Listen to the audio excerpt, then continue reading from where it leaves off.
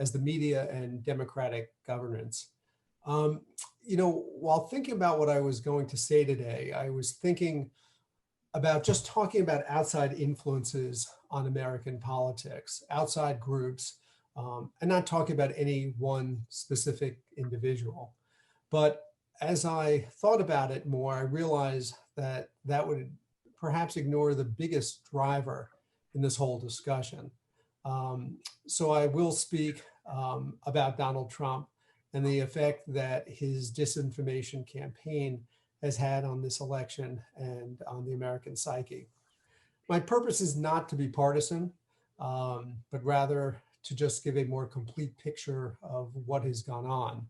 And I realize that there is some irony here that I can feel compelled to tell you that I'm not going to give you disinformation before giving a speech about disinformation. So I hope you'll understand. So let's just start. Look, Donald Trump was reelected. COVID-19 is a hoax. Global warming doesn't exist. Everything I just said was a lie. Nothing was true. None of those statements have any validity. It doesn't matter how loud I say it. It doesn't matter how big my microphone is. It doesn't matter how many followers I have, and it doesn't matter what my title is. What I just said was a lie, all three of those statements. But there are lies like these that are being repeated over and over and over with a dangerous and dramatic effect.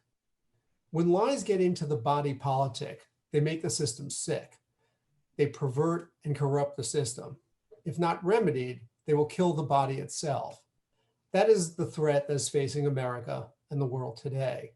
Just like one of my favorite movies, The Terminator, where computers take over the world and become self-aware and ultimately destroy it.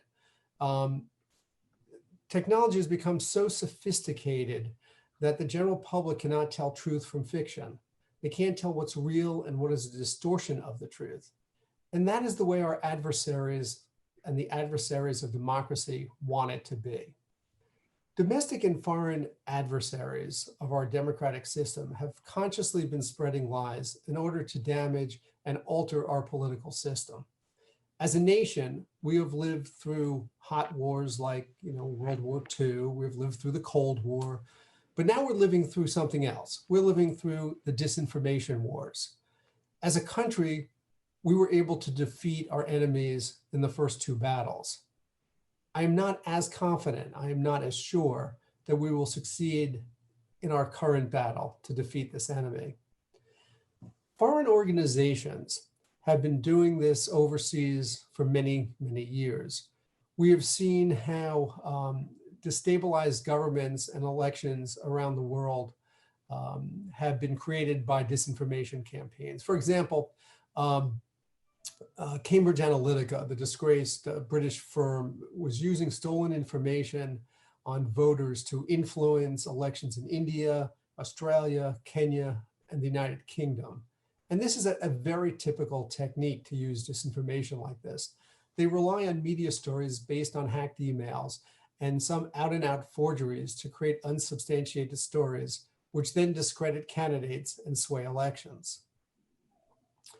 State-sponsored foreign actors like Russia, China, and Iran have, according to the US Cybersecurity and Infrastructure Security Agency, known as CISCA, which is a division of the Department of Homeland Security, been associated with the spreading of election-related disinformation. Their purpose is not usually to destroy the campaigns or defeat any specific individual. That's not their real goal. Their real goal and their purpose is significantly broader. It is to sow seeds of mistrust in the American political system so that voters won't trust the system itself, thereby damaging the American electoral process and weakening our government. We're all rather familiar with Russia's attempts to influence the 2016 American presidential elections, so I won't spend much time going into that now or rehashing those stories. But in the 2020 election, the actors trying to undermine the American electoral process and confidence in our government has grown beyond Russia to include China and, most significantly, as I mentioned, Iran. Fortunately, CISCA was able to identify and dismantle much of Russia and Iran's attempts to influence our elections this year. Well, much has gone on the international front to disrupt the US elections. By far, the vast majority of activities to disrupt the US elections came from sources within the United States itself. As the nonpartisan group Election Integrity Partnership has noted, the greatest number of disinformation campaigns during the 2020 election came from right-wing domestic groups and conspiratorial media outlets. As opposed to foreign groups, whose purpose was to destroy confidence in the American election system generally, these groups were significantly more targeted, going after specific candidates and creating doubt about the voter system itself. Their hope was that by creating doubt over the mail-in process, which of course was necessitated by the COVID-19 pandemic, they would suppress turnout and thereby alter the election's outcome. And the leader of this disinformation campaign was none other than Donald Trump, President of the United States. Trump didn't invent lying, he just perfected it. I guess Cain invented lying when he lied to God about his brother Abel, but that's another story. For a vast majority of his public life, Mr. Trump has engaged in lies and falsehoods. His pre-presidency history is marked by the same patently untrue statements stated over and over and over again with no basis and no proof. He is well remembered in New York for accusing 5 Black youths for a vicious attack and rape of a young white jogger in Central Park. All 5 of these people have since been exonerated. We all remember his campaign well before he was running for president, saying that Barack Obama was not an American citizen since he was born in Kenya, according to Mr. Trump, and therefore couldn't legally serve as president. This is even after President Obama produced his birth certificate. Presumably, Donald Trump knows that the information that he is disseminating is not true. However, he continues to do it. The Washington Post and other journalists have kept a running list of his untruths since he became president. They have stated that he has made 22,247 false or misleading claims since taking office, and this is of August of this year. Since then, the lie meter has been off the charts, and many organizations have stopped counting since it's just too difficult for them to do so. Trump, perhaps uniquely, seems to have intuitively realized that the public doesn't mind him lying. They don't seem to care, at least a large segment of the public. In an earlier time, lying was disqualifying, and numerous candidates saw their careers crashing down around them for lying about various things. Not Donald Trump, though. Lying is part, actually, of his political calculus. Trump realizes that his lies serve a very useful purpose for him. They create what I have come to call the cycle of disinformation. He lies about something. Right-wing news sources and bloggers then continue the lie and sometimes offer supporting bogus information. And then the mainstream media picks it up. They either do so because they don't realize it's a lie, or perhaps to discredit it. At that point, the president screams fake news and the cycle continues. How much time was spent by the mainstream media telling us that the Hunter Biden story was a lie? However, each time they aired that same story, even though they said it wasn't true, even though they told us it has been debunked, how often does that seep into our minds and create doubt by voters about the Biden family? Sometimes Trump is not the beginner of the cycle. He's sometimes in the middle of the cycle. So there have been many times during his presidency where he has been an advocate in the middle of the cycle of disinformation instead of its originator. Often, the source of his lies are from his favorite media sources, such as Fox News and others, or from other extremist groups. He then repeats the false story, which continues the cycle. And an example of this, as you may remember, is when a right-wing group posted an altered video, an interview with House Speaker Nancy Pelosi, in which she appeared to either be drunk or perhaps had a stroke. Trump repeated it often. He mentioned it repeatedly, continuing the lie that there was something wrong with the speaker. The media then picked up the story that the President of the United States was referring to the Speaker of the House of Representatives, the third highest elected person in the country, as being from a obviously doctored video in their attempts to debunk the story. But this led the president to simply say that the media's coverage of that was fake. This led to the story being heard by millions of more people than it would have if it was simply issued by the original group and not picked up by anyone else. These groups don't have the power, the resources, the viewership, or the ability to reach even a fraction of the people who ultimately learned about this story. Trump understands the power of his megaphone and knows that he could plant these falsehoods more firmly in the public's mind because of his power to communicate. He understands that the media will magnify the reach of his words and retweets of fallacious material far wider than the original group could ever do on their own. This enables far-right, conspiracy, and other groups to piggyback off of legitimate media sources to disseminate their falsehoods. Trump uses disinformation intentionally to achieve the goals he's trying to achieve. His attacks on the mail-in ballots is simply an example, and the latest one, or the greatest one perhaps. For weeks, he has been railing against mail-in ballots, saying that they produce fraudulent elections. However, there's absolutely no evidence of this.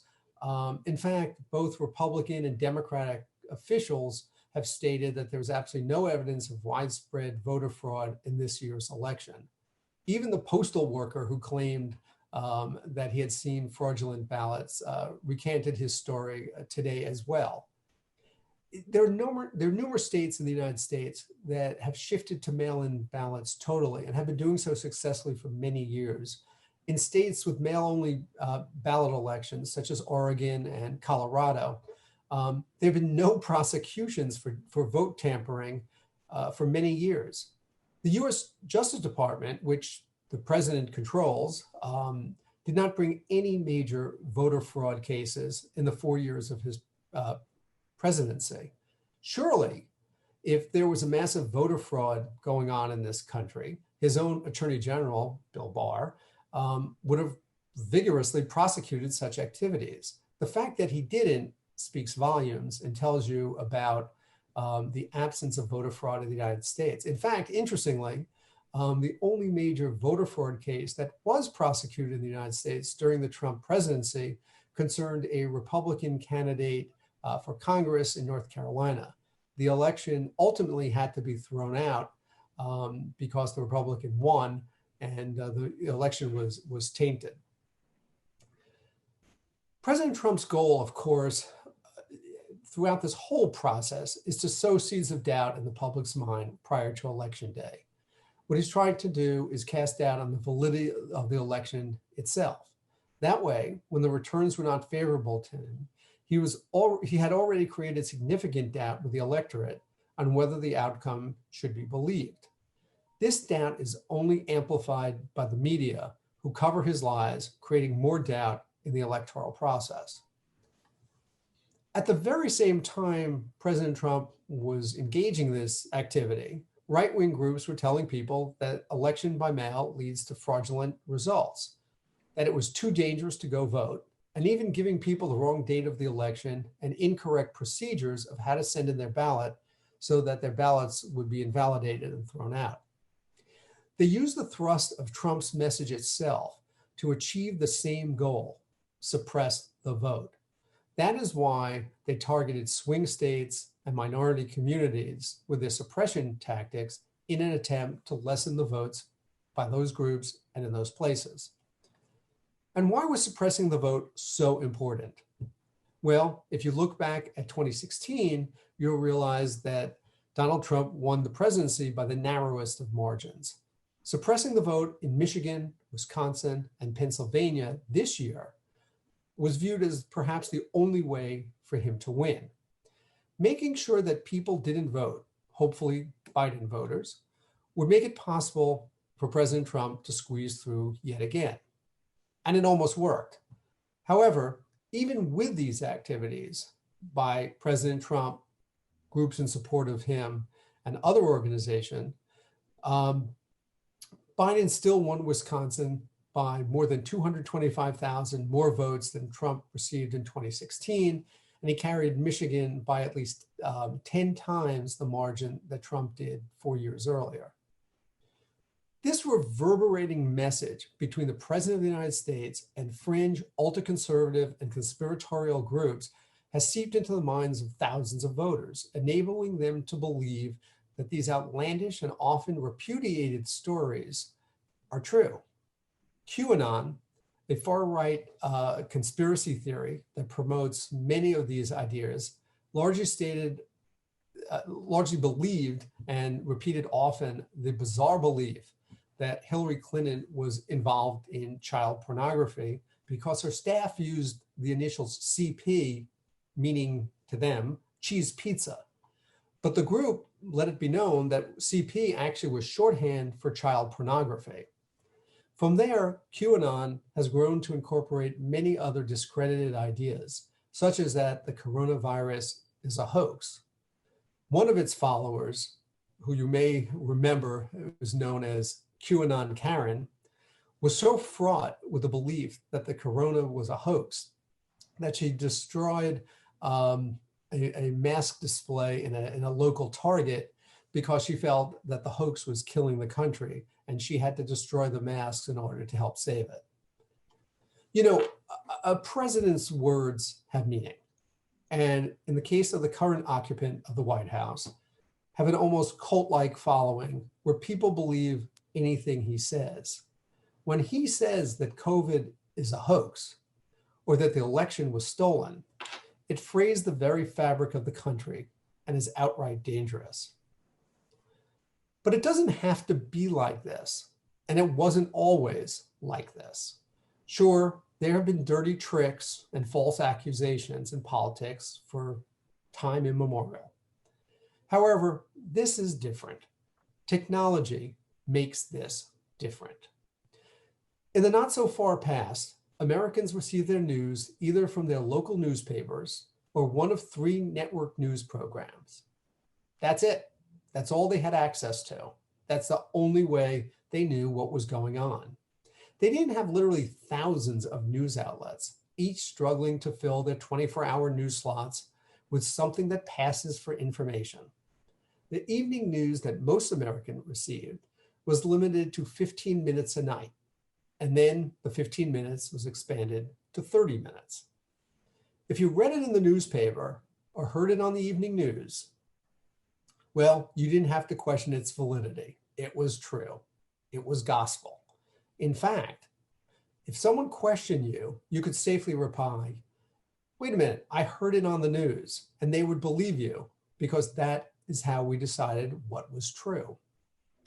One of the major reasons that Americans turned against the war in Vietnam was because Walter Cronkite, the anchor of the CBS evening news at the time, who was often dubbed the most trusted man in America, told us that we were losing the war. Can you imagine if a news anchor said something like that today? The President of the United States would automatically shoot it down as fake, and a large segment of the population would believe him. They would believe him, not the media, not other voices, not elected officials even. They would believe President Trump because he said so. On top of all this, you have tech giants like Facebook and Twitter, who are allegedly, and I believe are neutral parties who don't profess to have a political bias. But they are being hijacked by far-right groups. As long as tech organizations place the right of anyone to post anything they want on their platforms, regardless of its veracity, they are complicit in the spread of disinformation. They have been extraordinarily slow to accept responsibility and make changes to thwart the activities of those who want to use them to spread disinformation. I've often asked friends of mine in the media why they continue to cover the president when it's just so obvious that he is lying. They tell me that since he is the president, they basically have no choice and they have to cover him regardless. And it is not for them to make the judgment of whether he is speaking the truth or not. It is for the audience, for the listeners, the viewers, the readers. However, that is not ultimately fair or accurate because of the power of the media itself, whichever form it takes. To influence public opinion, they have more responsibility than others. Their power to influence public opinion is so great that they need to take more responsibility to ensure that the public does not receive disinformation and falsehoods. For the first time in his presidency, just last week, news outlets refused to cover his press conferences and those of his press secretary when they were lying about the outcome of the recent election, when he claimed that if only the legitimate votes were counted, that he would win. Numerous networks cut away from their coverage when he began saying those falsehoods and immediately sought to correct them. The public is in a true predicament today because they don't know what to believe. They are being bombarded with information from countless sources, and this is relentless. They are overloaded. Instead, in order to get through the noise, they choose to only listen to voices that they trust, whether that is wise or not. This creates an echo chamber where voters only get to hear what they are predisposed to agreeing with and repeat those stories as if they are true, whether they are or not, and whether they know they are or not. This has been exacerbated by the president, who constantly attacks the media, calling everything he disagrees with fake news, and even sometimes enemies of the United States. By constantly saying this, he preconditions the public to doubt whatever the media has to say. This is dangerous, and along with his attacks on other American institutions, such as the FBI and our court system, has a corrosive effect on public confidence in things they once held as sacred. It is destroying our very democracy and turning American against American. And makes one think of the words attributed to Benjamin Franklin when referring to the newly formed country, and he said, "It is a republic if you keep it." We all have a responsibility, our government, the media, tech companies, and individual citizens, to keep this republic alive.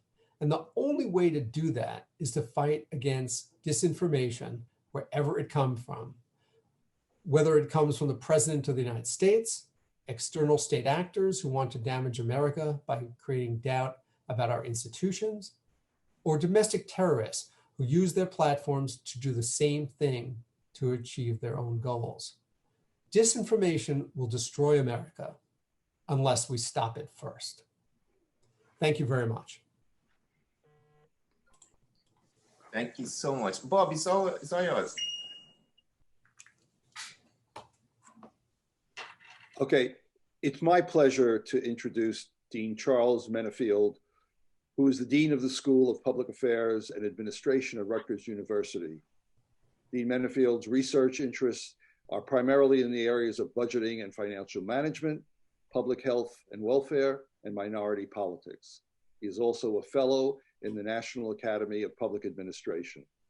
Again, it's my pleasure to introduce Dean Menefield. Good afternoon, everyone. My apologies. I'm sorry? I said good afternoon. Oh, thank you. Good afternoon. I appreciate that. As I'm sure the situation is the same with you, you spend your whole day on video conferences, and it's no exception for me.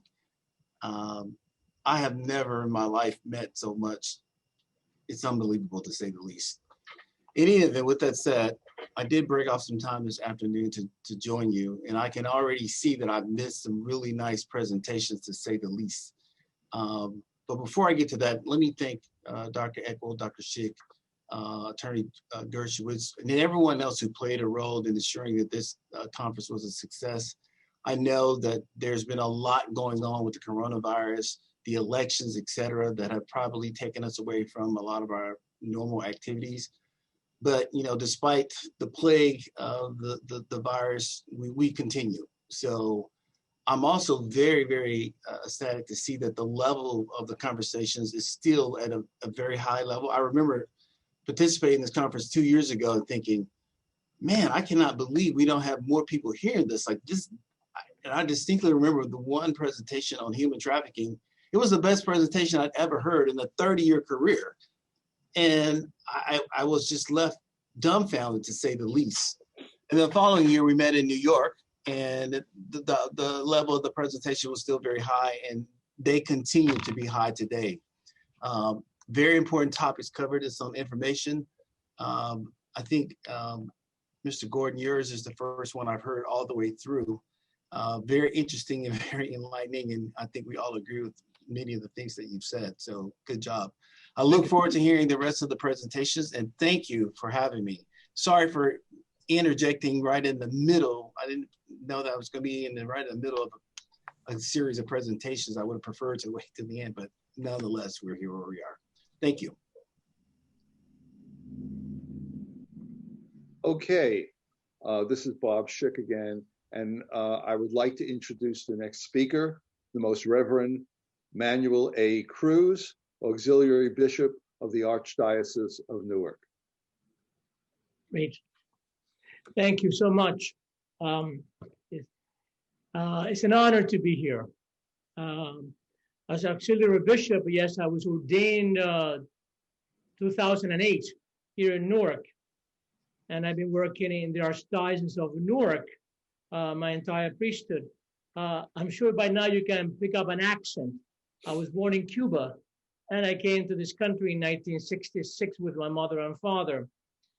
I have worked for decades the crossroads of human services, ethics, and social justice. It is truly a pleasure to address you today at the 8th annual Gershowitz conference. I had to thank very much the Center for Media and Peace Initiative, Rutgers University, and the Institute of Global Affairs for their leadership on this issue. My friends, religious freedom is one of the important matters before us. And it's great that the phone is ringing. Thank God it's in our mind. Sorry, Father. Great. I love it. And you did a great job, by the way. You were excellent, all right? So I had to read this because I'm a little nervous. So religious freedom truly is one of the most important matters before us. In nations where religious freedom is respected and appreciated, innovation grows vigorously and stability prevails. My friends, religious freedom releases the spiritual capital of any country, serving thereby as a gateway to economic opportunity and the fulfillment of every individual's own potential. Sadly, religious freedom is violated in many parts of the globe. Individuals do face discrimination, intimidation, and even confinement because of their faith. Evangelization by religious minorities is oftentimes outloaded. In some regions of the world, the Bible and other sacred texts are banned. Cemeteries of religious minorities are often desecrated. Religious instruction, catechesis, is all but impossible. We think of Western Asia, especially Iran, our fellow Christians, Jews, Baha'is, Zoroastrians, and Sunni and Sufi Muslims whose religious freedom is grossly infringed upon. We also think of China and the notorious subjugation of Buddhism. China has also habitually repressed Christians, liquidating churches and apprehending followers. My central point to you today is straightforward. When individuals are free to practice their faith, communities win, nations win, stability prevails. I'd like to end by a little anecdote of my own life. As a child, I'm Catholic, and I received the sacraments in Cuba. It was in the underground church at the time. I received the sacraments in a pharmacy taught by a nun, a daughter of charity of St. Vincent de Paul, a heroic woman, who I simply went to her and I said, I'd like to receive my first Holy Communion. And this wonderful religious said, well, it's not possible, but I could bring you into the pharmacy, and there you will receive the instructions. And I was the only one who received communion that year. And that experience touched me so deeply that to this very day, I think of this wonderful religious. I kept in contact with her until her death. And this great community of women, just 2 days ago, I received a picture from 1918 during the Spanish pandemic, the global pandemic of the Spanish flu. And there were daughters of charity caring for the sick and the dying. So for me, I've been a priest for over 40 years. I've always been close to the sick, the dying, and also trying to be a voice so that those who are discriminated and those who are treated unjustly and those who are separated from their families, that this has to end. This has to end. We are all God's children. We are loved with a love that has no conditions. And this conference gives me an opportunity for me to express my voice and to say, let's continue on the fight. Good people out there who need our support, encouragement, and they need our voice. I want to end also now really, and which is very touching because of the conversations I've heard so far. When I came to this country, I've always had to be grateful to President Johnson. He welcomed the Cubans in 1966. And I could cry because on that day when I came to America, I was given a green card. I became legal immediately, and my parents were able to work in factories. I wanted to say that for years, I never understood the great gift that I received on that day, and that's September 5th, 1966, to be able to come to a country of freedom and a country that welcomed me. And now that I'm 66 years old, there's hurts of, I see so many young men and women of Central and South America and from all over the world who would love to have the same thing, the same gifts that I received, and it has not been possible. Because my the message of the Christian message, the gospel is, we are all children of God, and we all have to be treated with equality and respect, and true respect. So, gracias. Me siento muy contento de estar con ustedes. I need to say those words. I have to be grateful. That comes from the heart. And thank you for giving me this time to be with you. Is it all right to go ahead and ask? Sure. Hello. Hi, how are you doing? I'm great. How are you? Sí, con mucho gusto, señor. This is my real background, by the way. So is mine. I'm just gonna put two questions out there to the panel and to whomever wants to take them.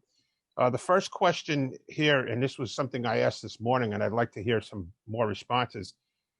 We seem like we're in a period of time in this country right now where education has become devalued.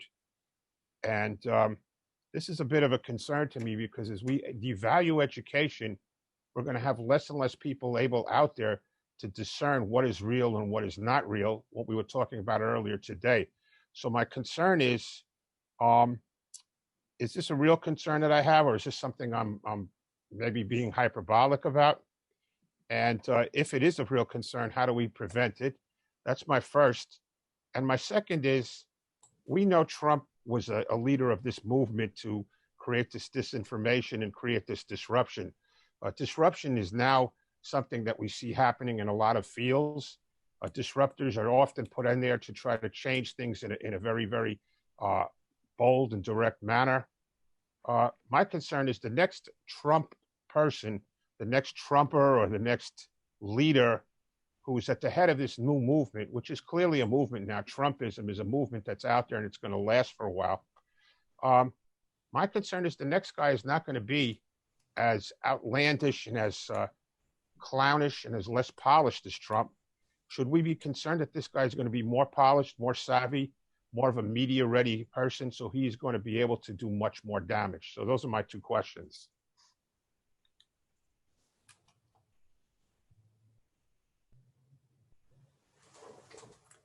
I'm not exactly sure who that was to, but I'm happy to start. I put both of those questions out to the panel, whoever wants to take them on. Let me just say a couple things, if I may. I have always viewed Donald Trump as a mirror. I don't consider him the cause. I don't consider him the leader of the movement. I almost wish he were. I think that there are other actors that have been in play for a long time. I think he, this is not a word you might hear frequently, brilliantly figured out a way to co-opt this and lead this. And I think he realized that there was significant pain in the country and that there was a way to exploit it for his own purposes, which he did. I am deeply concerned about education in this country. I'm deeply concerned that people do not understand the background of the country, the reasons that Father Cruz came to this country in the first place, and how it is a beacon of hope, and how that's a country that's meant to be open to all. I'm deeply concerned that people do not understand and are not educated anymore to understand all of these things. And I think that's a problem. We have to figure out a way to make sure that people have a better understanding of the country that we live in. So those are a couple of things that bother me. As far as the future and someone more savvy or whatnot, I think there are a lot of insidious forces in the country right now. And clearly someone will at some point rise up and ride those forces as a demagogue to try to achieve and accomplish power.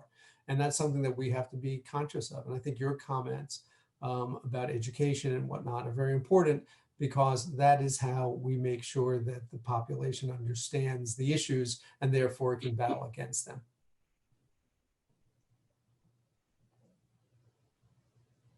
So let me just ask a quick question. What, in your opinion, do you think is the incentive for a certain political leader to continue to lie and somehow doesn't even, because it's not, most politicians do lie, that's the truth. But the truth, previously, when a politician is caught lying, generally the person apologizes or does some correction course or something. But these days, people lie, they will never accept it.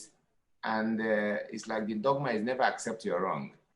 So what, is it because somehow someone doesn't pay a price for it? Or what in your opinion is the incentive? Why is it that this situation is the way it is? Why it continues to go this way? But there's a profit someone is getting, that's why they continue to do it. Well, there are no ramifications for it, right? You're talking about someone who said that he could shoot someone on Fifth Avenue and no one would care. So I assume if there were greater political ramifications, then then perhaps he would change his behavior. Look, I'm not a psychiatrist, so I can't really talk about the person himself and the condition that has led him to act like this. But I can talk about it from a political point of view, and that is simply that he understands that he could rally a certain group of people and that they are going to believe him no matter what he says. And so it is in his best interest to do this. And by causing doubt about our structure and our system and the truth, it gives him more power and more runway to do what he wants to do. I think if he were a more conventional politician, I don't think he would have won the 2016 election. You know, it's interesting. I learned something very important a few days after the 2016 election. I was having lunch with a friend and she brought her son. And his comment, he was in his mid-20s, his comment was, I found this fascinating. Everyone lies to us. Everyone lies to us. We live in a world where everyone lies to us, because I was aghast. I mean, like, how could you vote for someone who you know is lying to you? And his comment was, it's my job to figure out who lies and who doesn't lie. And that's what I have to do. I assume they're going to lie. I have to go through it and figure out what's important and what's not. And this goes, I think, to Mr. Bernstein's comment, which is that if people are not educated sufficiently to listen to someone and understand that they're not telling them the truth, then that's a serious problem. But what's really fascinating about this is that even when they know he's lying, they don't seem to care. And I don't have a better answer for why we don't care, why we as society doesn't care. I do understand why he continues, because it is in his best interest and it gives him attention, which is something I think he craves. Another question goes to the bishop, really, because why I'm directing it to him is, since he's in the ecclesiastical realm, because I've also had conversations with like the evangelical Christians. Part of the argument they bring is we're voting for a president, not a pope. And that may make sense in a way, but like Honorable Gordon talked about Cain inventing lie into the world. Actually, I never thought about it until he said it. So you are in the ecclesiastical realm. How will you explain the evangelical world that somehow coalesces with something that is apparently dishonest, but someone can become dishonest because the person is not a pope, but a president? The question is to the bishop. Very good question. A very good question, and probably I will not give you the answer. Okay, these are very scary times, and I'm honest. But I want to go back to the very important statement: the truth will make us free, and that comes from the Bible. The truth will make us free, and the truth is found in many ways. But as I've heard already, the whole element of education. The world, I mean, there are many men and women, the future of the church, the future of our country, the future of our society is rooted on people who are very committed for service and service with knowledge. So the truth will make us free. We need to educate our future generations. And we had to teach by our example. Ultimately, and one of the reasons I'm standing here today is because of the whole ministry of service.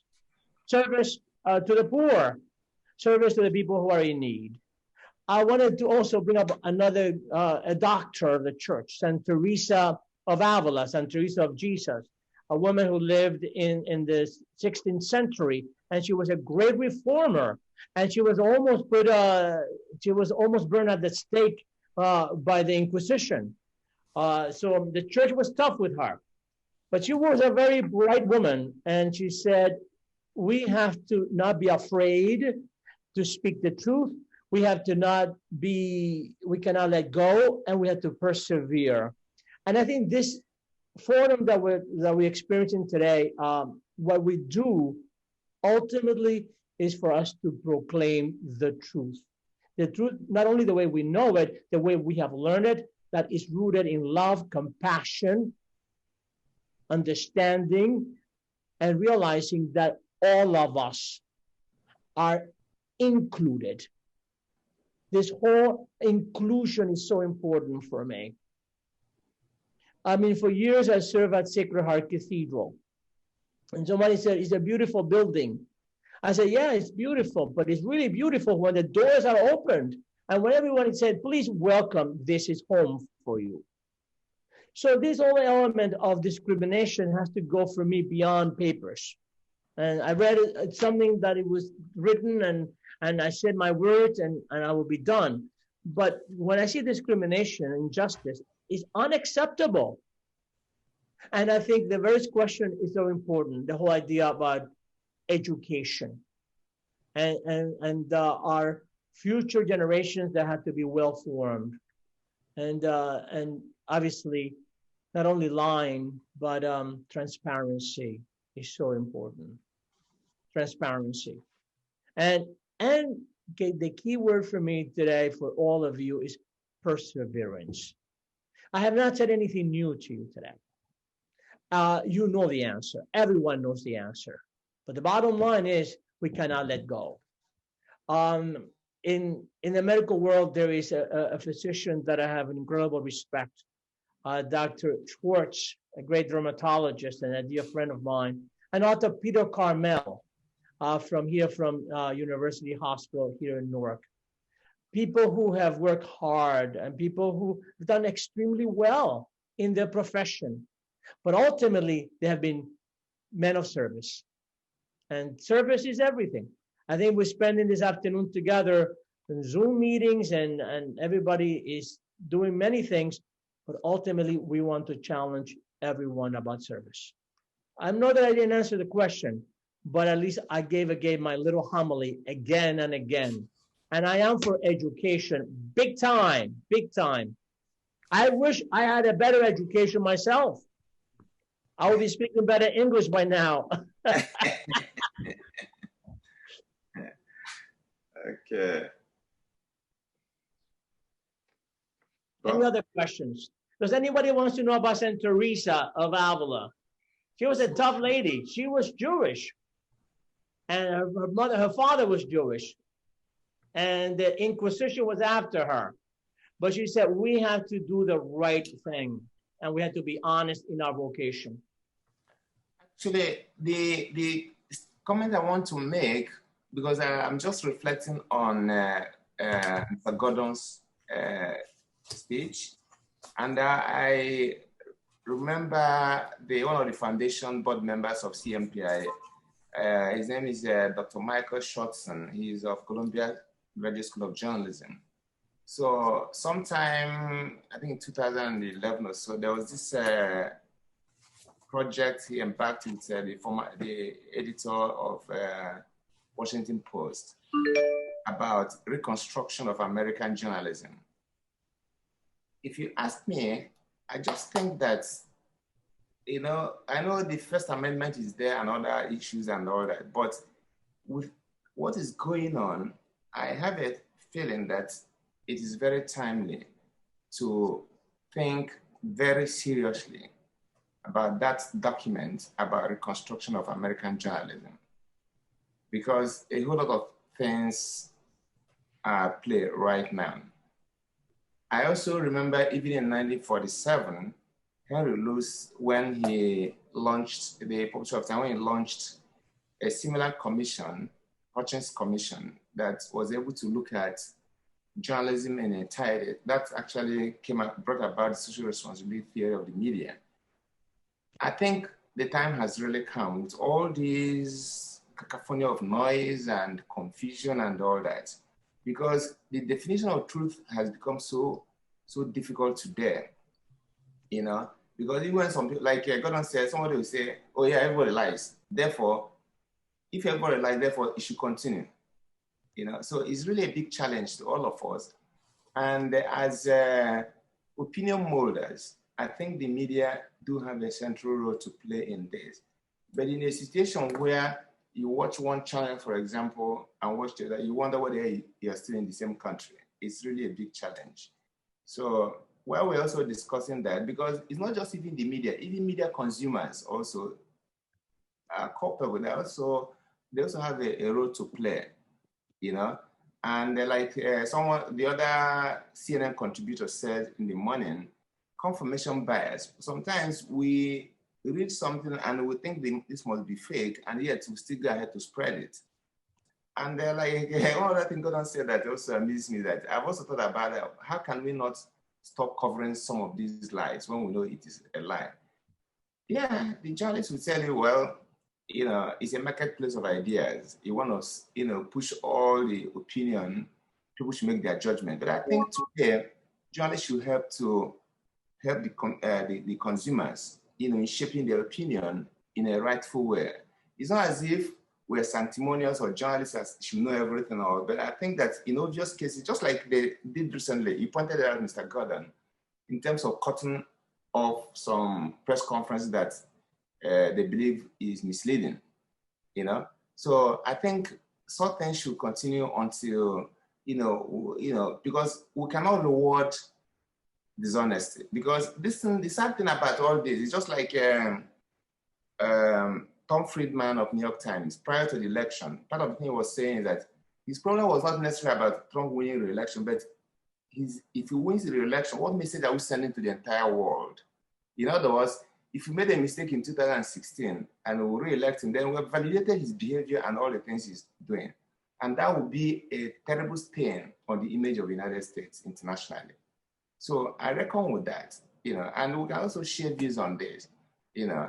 If there are other comments, I don't want to dominate the conversation, but I really appreciate the sentiments and the comments shared by all of us. And at the end of the day, we'll package all these things and put them in a narrative form so that people. I also understand that. If there are people who are hooked on audio, they can also send their questions on the chat forum, or if you want to talk, you can also indicate your interest. Other than that, Bob, it's all yours. Thank you. I think we've had a very productive day, and we've covered a lot of issues. I mean, not only, you know, related to COVID, relating to disinformation, government, nonprofit, journalism, when we had two journalists from Egypt here. And, you know, we got to see from the journalists in Egypt how there is really no freedom of the press there at all, the way they were portraying. And they are really under significant pressure in how they write their stories and what they say. I think whoever's phone that is. And I think for me, even with all the things that are going on, there's still an appreciation of what the United States is and what it represents. I mean, there are real threats to our country, and we're in the throes of that. And we have to be extremely vigilant, and what can we each do as we go forward? So, Uchenna, do you want to conclude today's session and then we'll reconvene tomorrow, or is there more you want to do today? No, really. I think we've had a very productive day, like you said. I was excited learning some of these issues in the morning, and also listening to Congressman Klein. You know, I found his presentation very fascinating, especially in the context of the struggle in Washington today. We were able to tap from his experience where he was congressman, and you know, we were also able to connect that with what's also happening around the world. And I really also thank Mr. Gordon for also his insightful paper. I'm sure we also like to, you know, get copies of that. And we're going to publish this. It's going to be on YouTube as well. And I also want to thank the Dean for making our time to join us. The Bishop, with all your commitments, I really thank you so much. Bob, thanks a lot, Dr. Olga. I'm enjoying the creative experience which you shared in the morning. And of course, Robert, thanks a lot. And more thanks to the indefatigable Edmund Jiniga. So he's been so wonderful in helping to, package all these things. He's so tech savvy. Some of us who belong to the old generation somehow we are learning all these new devices, but for him, he's like papa, So Edmund, thank you so much. You want to say a few words? Otherwise, I would thank all of you for joining us. Edmund, you want to say something? I just wanted to thank also join Dr. Echo and the entire Center for Media and Peace Initiatives, and thanking all the speakers today for a wonderful, wonderful session. And we look forward to having to reconvening soon, I guess tomorrow in a couple hours. Thank you, the Dean. You were not there when I was thanking you. Thank you so much for your support. Okay. And I promise prayers to all of you. Thank you so much. We appreciate that. Yes, absolutely. Needed. And you know what? A word, we ought to leave with a word of hope always. Yeah. Things will get better. All things shall pass. And God is with us. Okay? Amen. Amen. The Manifest, do you want to say one or two words? No, I heard what you said. My phone rang and it was somebody I needed to chat with for a second. But no, I heard what you said, and I am always most appreciative. There's a real intersection between journalism and public policy, public administration, and I think these kinds of conversations really bring that to life. So I'm looking forward to the conversations tomorrow. Absolutely. Thank you so much. Thank you. All the best. Take care. You're welcome. All right. Great to Yes. Thank you. Thanks, everybody. Thank you. Okay.